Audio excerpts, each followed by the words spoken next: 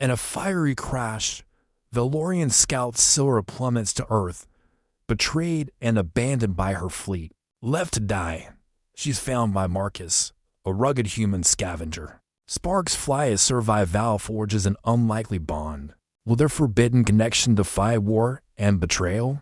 Dive into their story. Like and subscribe to our YouTube channel for more thrilling tales and inspire more epic content. Sylra's eyes snapped open, only to be slammed shut again by the explosion of fire. Her Vellorian scout ship was coming apart. The instruments screamed in warning as the ship plummeted toward Earth, its hull groaning under the strain. The control panel in front of her flashed a crimson warning: critical damage, loss of engine power. She barely had time to process it before the impact sent her crashing forward. The ship's nose veered to the left, veering into a spiraling descent.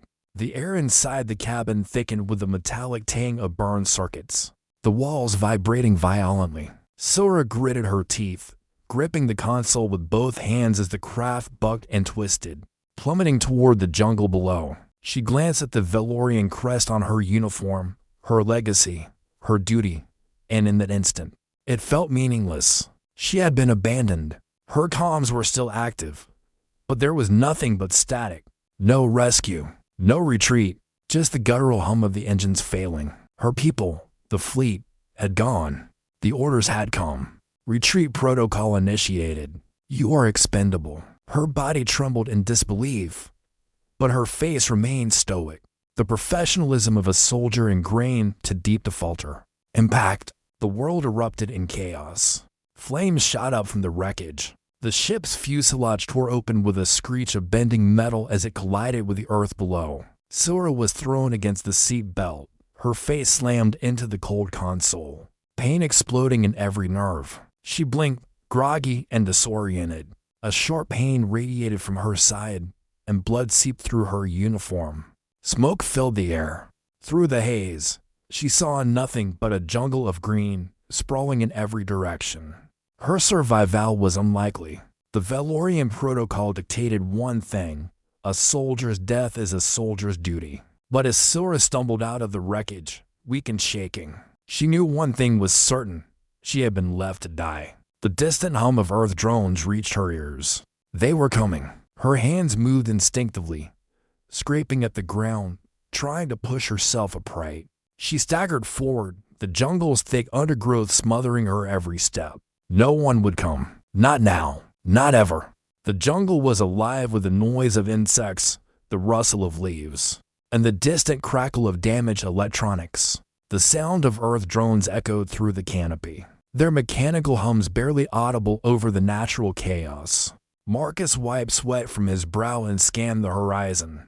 His military gear, patched and worn, weighed heavily on him as he trudged through the dense undergrowth. His rifle slung over his shoulder. He'd been hunting scraps for days, anything to survive, and the smoke rising from the wreckage had caught his attention.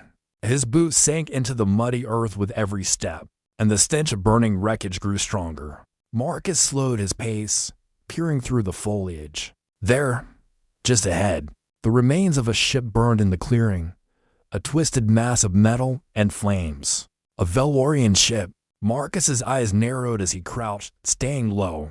He had heard of the Vellorians, advanced, deadly, and at war with humanity. His heart beat a little faster, but curiosity pushed him forward. No matter how dangerous, this was a chance to scavenge, maybe even find something useful in the wreckage. Then he saw her. The alien figure was slumped against a broken piece of the ship's fuselage, her uniform singed, her body covered in blood.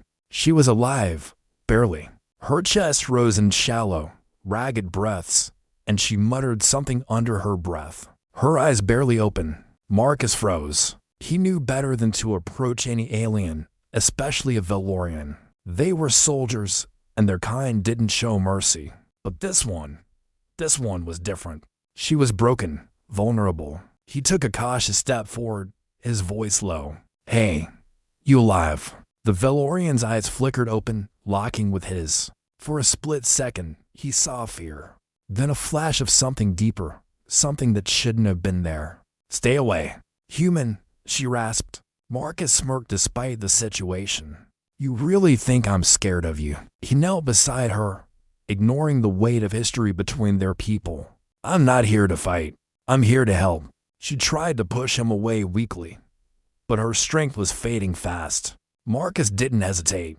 He ripped open his medical kit and began tending to her plasma burns, the air thick with tension.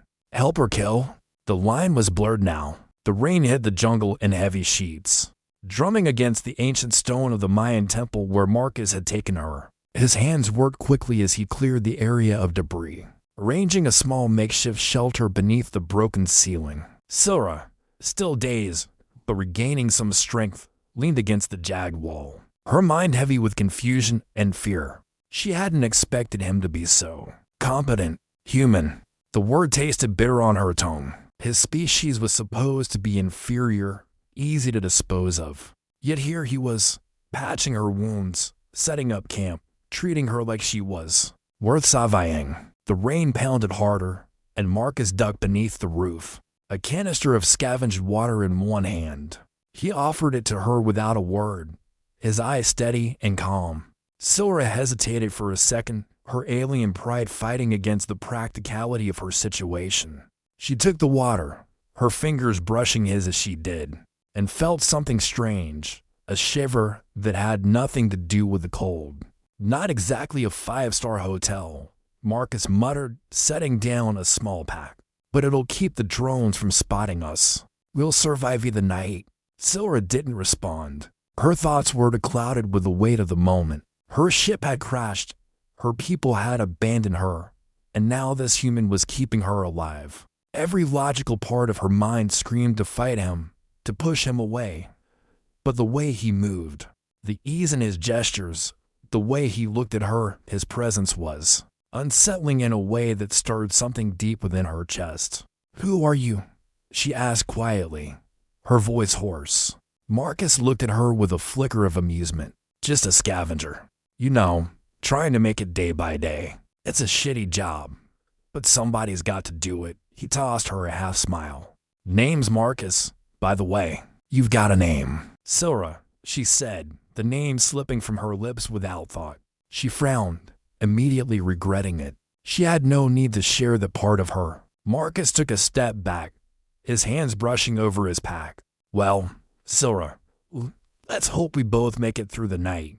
The tension in the air thickened, neither one of them knowing what came next, but the unspoken bond of survival was beginning to settle between them, slow and invitable. Sylra sat on the cold stone floor of the ruined temple, her eyes fixed on the fire that crackled between them. The rain outside had softened to a heavy drizzle, but the tension inside the shelter was palpable. Marcus was over by the supplies, silently going through his pack, checking his rifle, preparing for something she couldn't quite understand. Her body ached from the crash, but it wasn't the pain that kept her awake. It was the gnawing sense of betrayal twisting in her gut. Her people had abandoned her. She had been trained for this, taught that loyalty to the Vellorians was everything. And yet here she was, on Earth, in the heart of a war she wasn't meant to survive with a human. A human. The weight of the situation pressed down on her chest, suffocating her. Marcus. Her mind stumbled over the word. She didn't want to feel anything for him, but she did. It was impossible to deny. His hands, rough and calloused, had touched her with care. His voice, usually light and sarcastic, had softened when he spoke to her. He was not like the others. Humans were not supposed to be like this. "I'm not going back, Marcus," she said suddenly, breaking the silence. He glanced up, his eyebrows furrowing. "What do you mean? I can't. My fleet, they'll execute you. If I signal them, you'll be dead. And She stopped, her voice breaking for the first time. "I can't do that." Marcus didn't speak right away. He leaned back against the stone wall, his eyes studying her, but his face was unreadable. The quiet intensity between them felt heavier now. "You're saying that, even though they're your people, you choose me over them?" he asked, his voice low, almost incredulous. Sylra's jaw tightened. I don't want to choose. I don't want to be torn between duty and... She couldn't finish the sentence. The words wouldn't come. She was a soldier, trained to follow orders. But with him, there was something else. A raw, unspoken bond forming between them. One she hadn't asked for, but couldn't escape. He shifted, his expression softening, and for the first time, she saw the loneliness in his eyes. We're not supposed to be doing this, Sylra. But here we are. You can't control what you feel. Neither of us can. Sylra looked away, her heart pounding in her chest. The rain began to fall harder, the world outside growing more chaotic by the second. Her hand moved instinctively to the small beacon she'd hidden in her bag, the device that would call her people, pull them from the stars. Could she risk it? Could she choose him over everything she knew? The sky overhead was thick with the weight of impending danger. The distant hum of drones echoed through the jungle, a constant reminder of what was coming. Sylra sat at the edge of the temple's crumbling doorway, her eyes scanning the horizon. The beacon was still in her hand, the cold metal a reminder of the choice that lay before her. She could feel Marcus's eyes on her. He was crouched nearby, his back to the wall, but his gaze was fixed on her, waiting. He knew what she was thinking, knew the decision she was facing. The tension between them had grown over the past hours, thickening the air with each passing second. A sudden shift in the wind made Sylra's heart race. The hum of the drones was closer now. Too close. It wouldn't be long before they were spotted.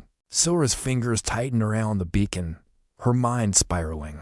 I can't do this, she muttered under her breath, her voice barely audible over the rain. I can't make that call. Marcus stood up, slowly, his boots soft against the wet stone. He approached her cautiously, like she might break at any moment. You don't have to choose between them and me, he said, his voice low, steady. But you can't keep hiding from the truth. We can't stay here forever. Sylra looked at him, the storm of emotions threatening to tear her apart. But before she could respond, a flash of movement in the trees caught her eye. She froze. A sleek, silver ship cut through the dense canopy, descending with the ease of a predator. The Vellorian fleet had arrived. Her sister, Kalia, was aboard that ship. The air around them seemed to crackle with tension. As the ship landed just outside the temple's perimeter, the engines were cut through the rain, and soon, Sylra could see the shadows of figures disembarking, Vellorian soldiers, all business, all deadly. They're here, Sylra whispered, her heart pounding. Marcus's eyes narrowed. You have to make a choice now, Sylra. She didn't answer. She was already moving, slipping the beacon into her pack and hiding it beneath her cloak. The Vellorian forces were closing in fast. The time for indecision had passed. The air was thick with tension as the Vellorian ship's landing ramp hissed open, its silhouette looming like a dark omen in the heavy rain. Sylra's heart hammered in her chest. She could hear her sister's voice in the distance, sharp and commanding. Kalia, who would never understand. Marcus stood next to her, his eyes hard, his jaw clenched. His hand hovered near his rifle, though he didn't draw it. He knew better than to make a move now. They'll kill you the moment they see you, Sylra said, her voice barely above a whisper. Her eyes never left the descending figures. I've been dead before, Marcus said, a wry smile twisting his lips. What's one more time? Her breath caught in her throat. She wanted to argue, to push him away, but she couldn't. He had already made his choice. As the Vellorian soldiers approached, their armored figures cutting through the rain, a deep sense of finality settled over Sylra. This was it. She couldn't protect him. Not anymore. Her people were here, and the weight of her duty crushed her. I can't let them take you, she said, turning to face him. Marcus nodded slowly, his expression unreadable. He stepped closer, his presence solid and real, like a promise she couldn't refuse. I'm not going back, Sylra. Not alive. Anyway, his words hit her like a physical blow. She had to do something. She couldn't lose him. But as the drones hummed closer, she knew there was only one choice left. Go. She grabbed the small, crescent-shaped beacon from her pack, the symbol of the Vellorian military. She pressed it into Marcus's hand, her fingers trembling. "Lead them away," she whispered, her voice breaking. Marcus took the beacon without hesitation. His eyes locked with hers, the quiet intensity between them heavier than the storm. "I'll be back, I promise." Before she could stop him, he turned and disappeared into the dense jungle, the sound of his footsteps lost to the rain. Sylra stood frozen, her heart pounding in her chest. The Vellorian soldiers were nearly upon her now. There was no time left. Her mind raced. Marcus was bait, no more, no less. But she couldn't help the ache in her chest as she realized that in his sacrifice, he was surveying them both. The first of the drones flew past, its sensors scanning the temple. Sylra held her breath, praying they wouldn't spot her. Moments later, a loud explosion erupted in the distance, the ground shaking beneath her feet. The drones veered off, their attention fully drawn to the fiery ravine Marcus had lured them into. He'd done it. With the last of her breath, Sylra's heart skipped. She had to find him. She couldn't lose him. Not like this. Sylra's heart thundered in her chest as she sprinted through the jungle. The rain lashed against her, the cold biting at her skin. But she didn't care. All that mattered was Marcus. The explosion in the distance had been deafening, an undeniable sign that Marcus had done what she couldn't. He had lured the drones away. But was he still alive? She pushed herself harder, ignoring the pain that flared up in her legs, the exhaustion creeping in from hours of tension and survival. The thick jungle seemed to press in on her from every side, but Sylra's mind was fixed on one thing: Marcus. Her breath came in ragged gasps, her pulse racing as she darted between trees, the sound of rushing water growing louder. The ravine. She was close. The distant hum of drones still echoed. Their presence felt like a weight in the air. They were scattered, no longer focused, but Sylra knew they wouldn't stop. They would hunt until their targets were caught or dead. And then, through the thick fog of rain and mist, she saw him. Marcus lay crumpled against a tree, his body covered in dirt and blood. His breathing was labored, shallow. The sight of him, alive, but barely, made her stumble to a halt. For a moment, everything in her chest squeezed so tight she thought she might suffocate. He was alive. He was alive. "Marcus," she called out, her voice cracking with a mix of relief and fear. His eyes fluttered open, and he blinked at her through the rain, a pained smile forming on his lips. "Told you I'd be fine." His voice was rough, barely a whisper, but it still carried the same teasing warmth she had come to expect.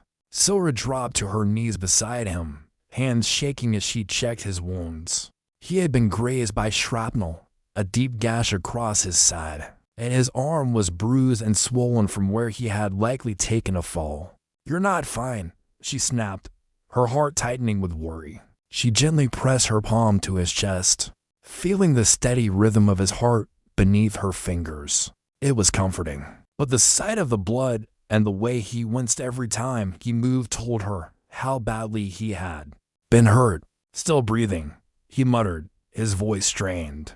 "That's a win in my book." Her hands moved quickly, trying to patch him up with what little medical supplies she had left. "You're an idiot," she said, her voice harsh despite the relief flooding her chest. "You could have died."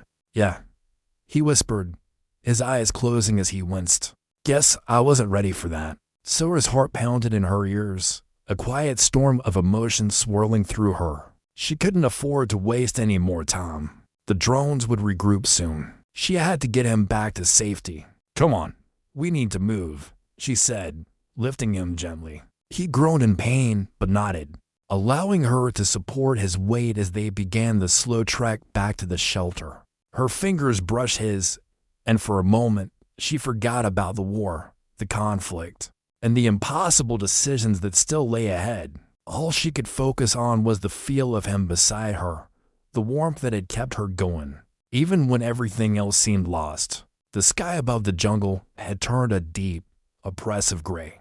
Rain still fell in sheets, its constant drumbeat masking the tense silence inside the ruined temple.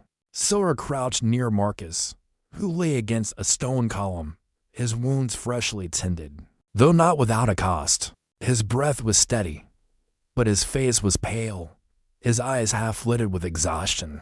The distant hum of drones still filled the air, faint but persistent. Sylra could hear the Vellorian ships, too, their sleek forms descending from the clouds above. Kalia and her forces had arrived. The moment of reckoning was upon them. Marcus stirred slightly, his hand resting near the rifle she had left by his side. He had fought the pain for so long that she could see it in the way. His muscles twitched with every movement. He was barely holding on. "You need to rest," Sylra said quietly, her voice hoarse from the tension. "I'm fine," Marcus muttered, though he winced as he shifted. He knew she wasn't asking for his sake. It was for hers, so she could think clearly. But she wasn't sure she could. Kalia's voice echoed in the distance, sharp and commanding, unmistakable even in the downpour. Sylra stood, her heart hammering in her chest. She didn't need to look. She could feel her sister's presence as surely as she could feel the storm closing in. Kalia was coming, and when she did, there would be no escaping the consequences of Sylra's betrayal. "Sylra!" Kalia's voice cut through the air like a blade. She had spotted them. Sylra's stomach twisted. She moved closer to Marcus, her fingers curling around his wrist. "Stay here. I'm going to try and talk to her." Marcus opened his eyes, meeting her gaze, his expression a mixture of concern and resignation. "Be careful. She's not going to forgive you, Sylra." Sylra didn't answer. She couldn't. Instead, she steeled herself and moved toward the entrance of the temple, stepping into the rain. Kalia stood at the edge of the clearing, flanked by two of her soldiers. Her expression was cold, unreadable. The distance between them seemed insurmountable. But Sylra knew she had to bridge it, no matter the cost. "You've broken every law, every code," Kalia said, her voice a low growl. "This human is a threat. You know what we do to enemies, Sylra." "I know," Sylra replied, her voice steady, but her insides twisted with emotion. "But he's not my enemy. He's mine." There was a long silence as Kalia's eyes narrowed. Her hand tightened around her pulse rifle. "You're a traitor. To your people. To me." Sylra's heart clenched. "I know, but I'm asking you to save him. Please, Kalia. He's the reason I'm still alive." Kalia took a step forward, her eyes hard as stone. "You've gone too far. He should have died. He's just a human. And that's where you're wrong." Sylra's voice cracked, the emotion she'd been holding back spilling out. "He's not just a human. He's mine.